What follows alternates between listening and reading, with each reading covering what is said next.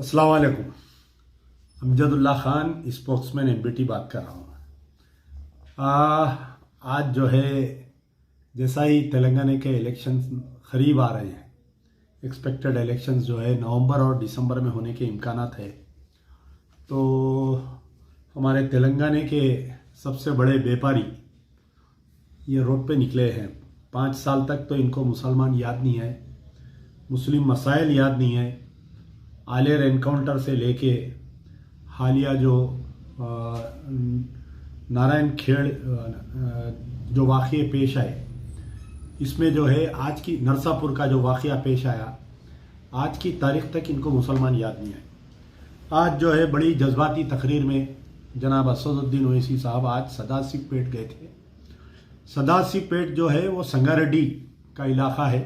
Sangareddy MLA लगता है जग्गा रेड्डी, जो कांग्रेस से ताल्लुक़ रखता है। तो सबसे पहले मुझे ये सुन के हैरत हुई कि आज मजलिस इत्तेहादुल मुस्लिमीन के स्टेज पे जमात इस्लामी हिंद के लोग हैं, जमीयतुल उलमा हिंद के ये लोग हैं। तो आप बतलाइए कि ये फिर से जमाबंदी सफ़ाबंदी चालू हो गई है। पता नहीं कि क्या स्टेट की जमात इस्लामी या मरकज़ की जमात इस्लामी की इजाज़त से संगारेड्डी की जमात इस्लामी मजलिस के स्टेज पर गई या नहीं गई, नहीं मालूम। इसकी वजाहत जो नए जमात इस्लामी के सदर बने हैं उनको चाहिए कि इनकी वजाहत करना चाहिए कि क्या मजलिस इत्तेहादुल मुस्लिमीन एक सियासी जमात है, जमात इस्लामी एक मजहबी जमात है। तो हमेशा से ऐसा होते आ रहा है कि मजलिस इत्तेहादुल मुस्लिमीन के इशारे पर जमात इस्लामी नाचती है। चाहे जब हामिद मोहम्मद खान साहब इसके सरबराह थे, जब तो माहौल और ही ख़राब हो गया था। तो मैं गुजारिश करूंगा कि जो नए जमात इस्लामी के सदर बने हैं तेलंगाना के, उनसे मेरी ख्वाहिश की जाती है कि आज जो मजलिस इत्तेहादुल मुस्लिमीन के स्टेज पर जमात इस्लामी के लोग जो गए थे, क्या ये रियासती जमात इस्लामी से इजाज़त लेकर, क्या मरकज़ी जमात इस्लामी से इजाज़त लेकर ये लोग गए थे? नहीं गए थे इजाज़त लेकर, तो इनके ख़िलाफ़ में एक्शन लेना चाहिए। जमात इस्लामी एक बेहतरीन जमात है, गैर सियासी जमात, और उसी में जमीयतुल उलमा हिंद के भी कुछ लोग प्लेटफॉर्म पर थे। तो ये ऐसा महसूस हो रहा है कि फिर से दोबारा सुल्तान सलाहुद्दीन ओवैसी के दौर में भी ऐसा ही होता था कि इलेक्शन के करीब में अजलाओं में इलेक्शन जल्द से स्टार्ट कर देते थे, और ख़ास तौर पर जो है ऐसे हिसास इलाकों को चुनते थे। जैसा तेलुगु देशम की अगर पार्टी है, तेलुगु देशम रूलिंग में है, तो कांग्रेस के जो एमएलए है वहाँ पर चुन के रियासती हुकूमत को डराना और समझाने की कोशिश की जाती है। आप देखिए दो चीज़ की, इससे पहले जो आदिलाबाद में जलसा हुआ था तकरीर में, तो असदुद्दीन ओवैसी बार बार एक ही बात बोल रहे थे कि बीजेपी वाले ये कहते हैं कि स्टीयरिंग मेरे हाथ में है। तो ये बीजेपी वाले नहीं बोले, असदुद्दीन ओवैसी आप झूठ बोल रहे हैं, आप मक्कारी की गुफ्तगू कर रहे हैं, अल मक्कार वल कज़्ज़ाब, आप ऐसी गुफ्तगू कर रहे हैं। तो आप जो है चेहरे पर दाढ़ी है, सर पे टोपी है, शेरवानी है, कुर्ता पैजामा है, आप नमाज पढ़ते हैं, ये बात आपको मालूम होना चाहिए। और आप अवाम भी जानती है ये कि ये आपका डायलॉग था इलेक्शन में कि स्टीयरिंग मेरे हाथ में है। ये बीजेपी वाले नहीं बोले, बाद में कभी रिपीट करे होंगे बीजेपी वाले, लेकिन स्टीयरिंग मेरे हाथ में है ये जुमला जो है आपका ही है, ये आपका जाती प्रोडक्शन है। बहरहाल ऐसा महसूस हो रहा था कि एक जो कपिल शर्मा का शो होता है, देखिए टीवी पे, लाफ्टर चैनल बोल के, यानी कोई बात नहीं, बात की बतंग नहीं, एक मखसूस एक ग्रुप को रखते हर जलसे में। वो लोग जो है चीखा मार के खै खै मारते, अरे कौम किधर जा रही, कौम के साथ क्या क्या नुकसानात हो रही। यानी मोहम्मद अब्दुल खदीर को ले जाके ये सदाशिव पेट से थोड़ी दूर पे मेदक है, सदाशिव पेट से थोड़ी दूर पे है, मेदक में पुलिस कस्टडी में एक कलमागो भाई को मार दिए। आज असदुद्दीन ओवैसी को वो याद नहीं आया। मारे सो खाती पुलिस के आला अहदेदारों को आज की तारीख तक भी केस में नहीं बुक करे, वो याद नहीं आया। नरसापुर में वहाँ पर एक मुस्लिम या वहाँ पर एक बच्चे को, इमरान अहमद को, कल्याणी होटल के मालिक को, ये बिल्कुल सदाशिवपेट से थोड़ी दूर पे है ये इलाके, तो वो याद नहीं आया इनको। आज की तारीख तक भी वहाँ के बीजेपी के काउंसलर, बीजेपी का जो कारपोरेटर है राजेंद्र, काउंसलर को आज की तारीख तक भी गिरफ्तार नहीं किया गया। मुरली यादव चेयरमैन को गिरफ्तार नहीं किया गया बीजेपी के। चोड़ा मंडल जो आदिलाबाद में है, आज भी जो मुसलमानों को मार के हमला करके जख्मी करके उनको जेलों में डाले, उनकी बेल नहीं हुई आज तक वो लोग है। आदिलाबाद गए थे, वटोली में जो है वहां पर जो वाकया पेश आया था, 6 लोगों को जिंदा जला दिए, मार दिए, उनके खातिल बाइज्जत बरी हो गए। और ये हमारा मिमिक्री शो चालू हो गया, आदिलाबाद में एक जलसा करे, आज सदाशिवपेट में जलसा करे। आप देखिए कितनी मक्कारी और कितनी अय्यारी की गुफ्तगू है हमारे असदुद्दीन ओवैसी साहब की। क्या मुंह दिखाएंगे आप? अल्लाह को यह बात समझ में नहीं आ रही है। आज आप बोल रहे हैं, आप जो है 2014 से केसीआर के कपड़े धोते धोते धोते धोते आप आ रहे हैं कपड़े। आलेर एनकाउंटर हुआ, आप केसीआर के साथ थे, टीआरएस के साथ। नोटबंदी में आपके टीआरएस वाले जो है बीजेपी को साथ दिए, आप टीआरएस के साथ रहे। हाँ, जुल्म की इंतहा ये हो गई कि शरीयत में मदाखलत हो गई, ट्रिपल तलाक में शरीयत में मदाखलत हो गई, और टीआरएस पार्टी बीजेपी की तायद करी, आप टीआरएस के साथ रहे। सदर जमहूरिया इलेक्शन में टीआरएस बीजेपी के साथ रही, आप टीआरएस के साथ रहे। नोटबंदी का तो मैं जिक्र किया। आर्टिकल 370 कश्मीर में 2 साल तक नंगा नाच होते रहा, यानी कश्मीर में ज्यादातर आबादी मुसलमानों की है, घर से नहीं निकलने दिए। हम तो 3-3 महीने का लॉकडाउन गुजारे, वो लोग जो है 5 साल लॉकडाउन गुजारे। TRS was with BJP, MIM was with TRS. आप किसको समझाने, आप क्या बोलना क्या चाह रहे हैं, आपका मकसद क्या है बताइए। आज के जलसे में आप बोल रहे हैं कि 6 किलोमीटर पुराने शहर में मेट्रो नहीं आया। ये मेट्रो की मुखालिफत आज भी हमारे मोहम्मद अली शब्बीर जिंदा है। नागेंद्र उस वक्त पे मिनिस्टर थे, मुकेश उस वक्त के मिनिस्टर है, मुकेश का तो इंतकाल हो गया। नागेंद्र बोलते या नहीं बोलते नहीं मालूम, लेकिन मोहम्मद अली शब्बीर साहब से मैं गुजारिश करूंगा कि आप जो ये सदाशिवपेट में जो मगरमच्छ के आंसू रोए हैं, असदुद्दीन ओवैसी बोल रहे हैं कि पुराने शहर में मेट्रो नहीं आया, तो इसके लिए अगर केसीआर जिम्मेदार है तो 80% आप जिम्मेदार है, 20% केसीआर जिम्मेदार है। पुराने शहर में मेट्रो नहीं आने की वजह आपके 7 एमएलए है, पुराने शहर की आवाम आपको 7 एमएलए, 2 एमएलसी, 40 कारपोरेटर, एक मेंबर ऑफ पार्लियामेंट दिए आपको।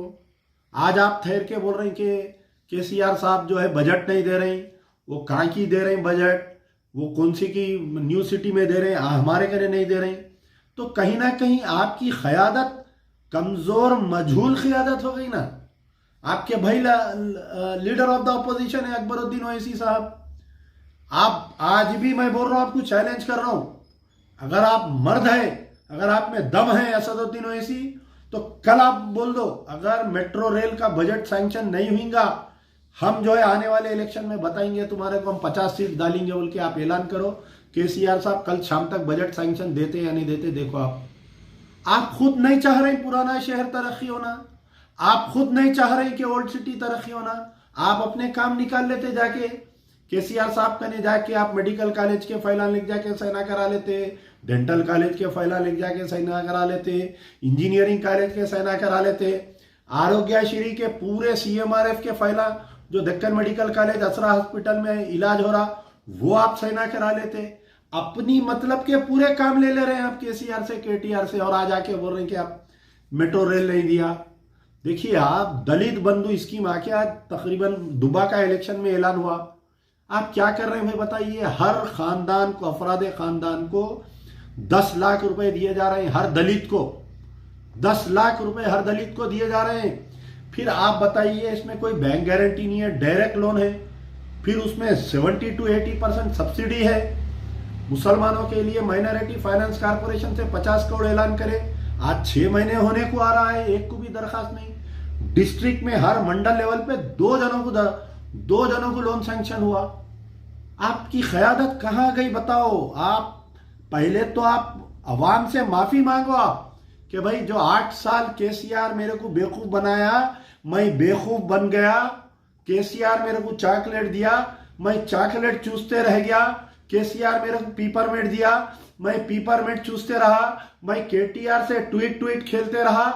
8-9 साल निकल गए, ना तो मैं मुसलमानों को मुस्लिम बंधु स्कीम दिला सका, ना मैं कमिश्नरेट वक्फ बोर्ड को कमिश्नरेट दिला सका, ना मैं 5 साल में वक्फ बोर्ड का दफ्तर का लाख खुला सका, ना मैं आलेर एनकाउंटर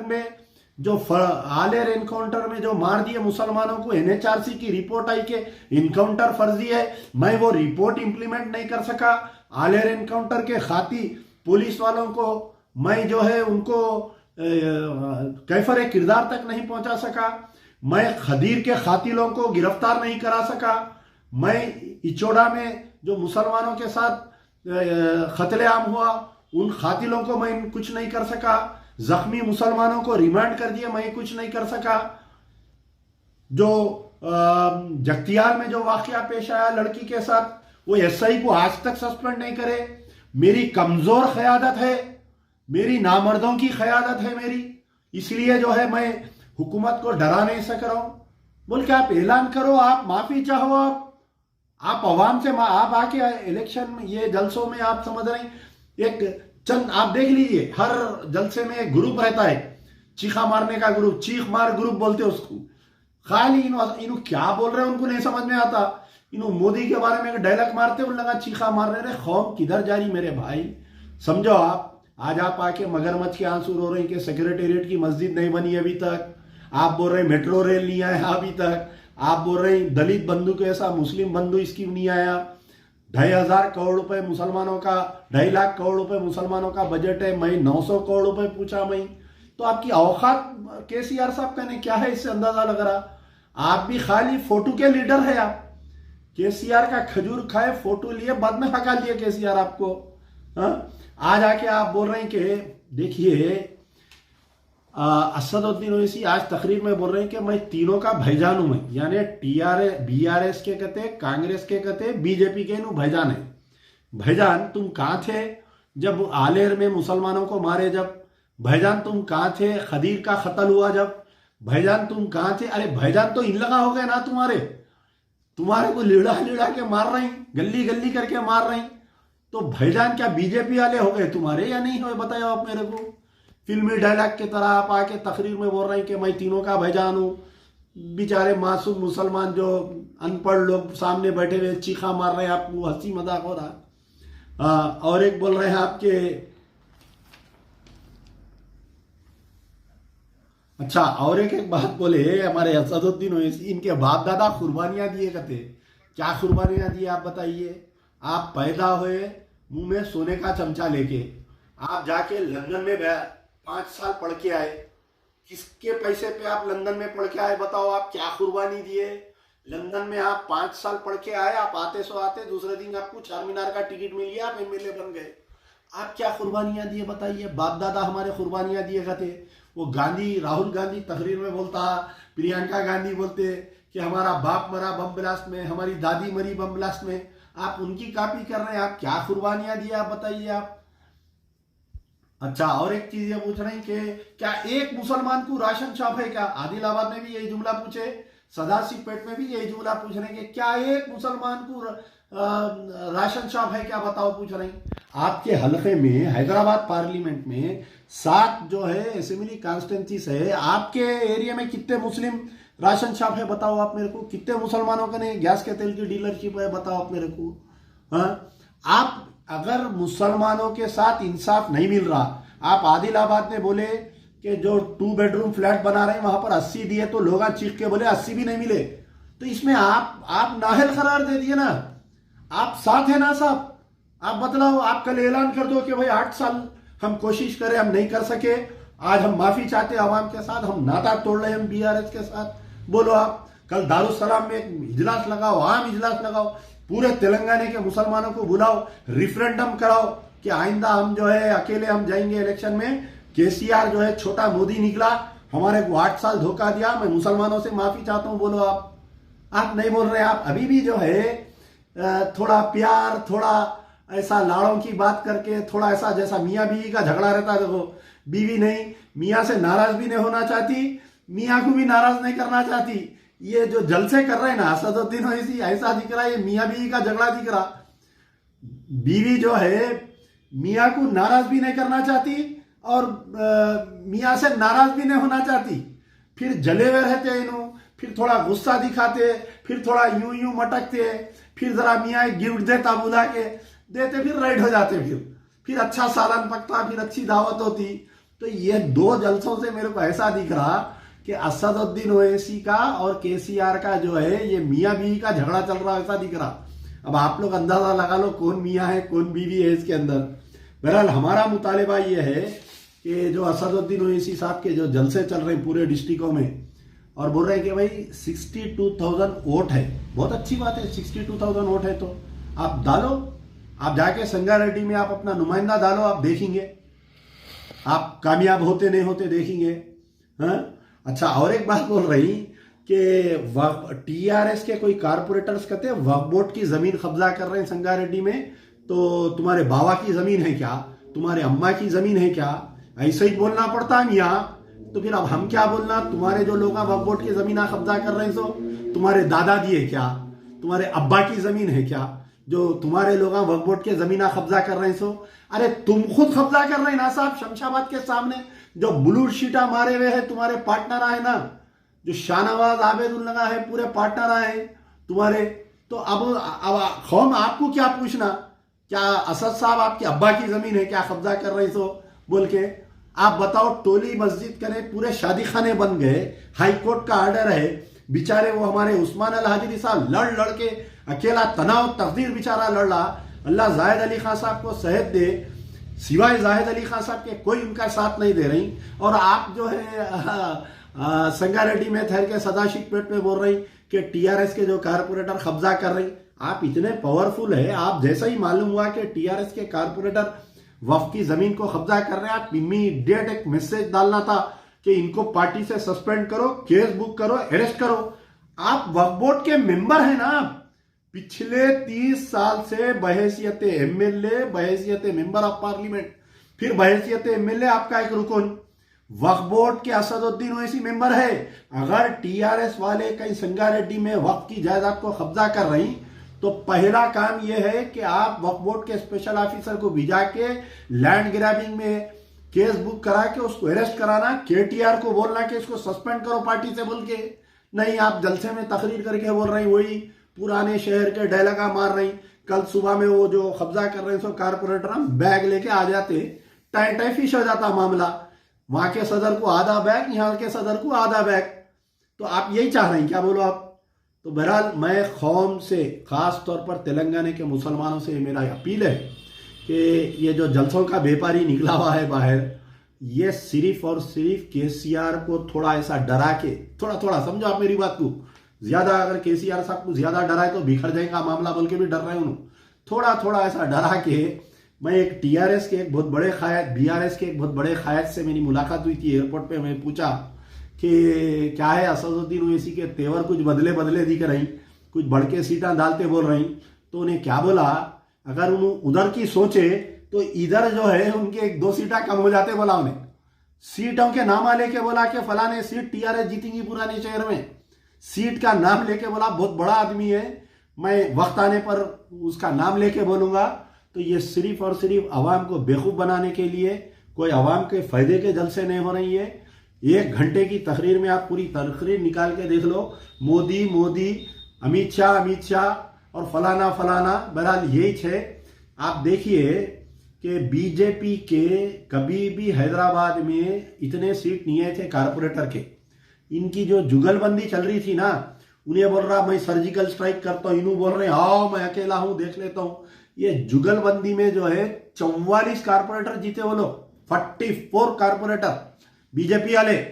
इनका कुछ हिडन एजेंडा है इनका, इन्हों क्या चाह रही नहीं मालूम। इन्हों क्या बीआरएस को डराने के लिए जलसे कर रही या बीजेपी को कामयाब करने के लिए जलसे कर रही है, समझ में नहीं आ रहा। तो बहरहाल कौम को चाहिए कि सोच समझ कर फैसला करे। ये जज्बाती तकारीर में आने का वक्त नहीं है। पूरा 8 साल का रिपोर्ट निकालिए बीआरएस का, 8 साल का एमआईएम का रिपोर्ट निकालिए। मेट्रो ट्रेन कहाँ है, वक्फ कमिश्नरेट कहाँ है, 12% रिजर्वेशन कहाँ है, आलेर एनकाउंटर में जिनको मारे उन खातिलों को, उन पुलिस वालों को गिरफ्तार क्यों नहीं करे। किशनबाग कम्युनल राइट्स में जो मुसलमानों को गोलियां मारे उनको इंसाफ क्यों नहीं मिला। मुस्तफा उद्दीन को क्यों इंसाफ नहीं मिला अभी तक।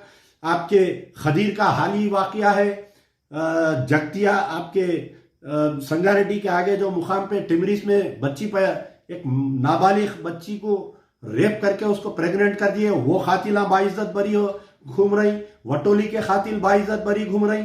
और एक बात मुझे हैरत हुई कि एक तकरीर में सुना आज से कुछ दिन पहले, असदुद्दीन हुई थी कि मक्का मस्जिद के खातिल बाइज्जत बरी हो गए तो मरकजी रियासत जो है अपील पे नहीं गई। आप मुझे बताइए कि किस कदर अवाम को इन्हों बेवकूफ बना रहे। देखिए, मक्का मस्जिद का कस्टोडियन कौन है साहब? स्टेट गवर्नमेंट है। तो अगर मक्का मस्जिद के खातिल बाइज्जत बरी हुए हैं तो it is the duty of the state government to appeal in the high court.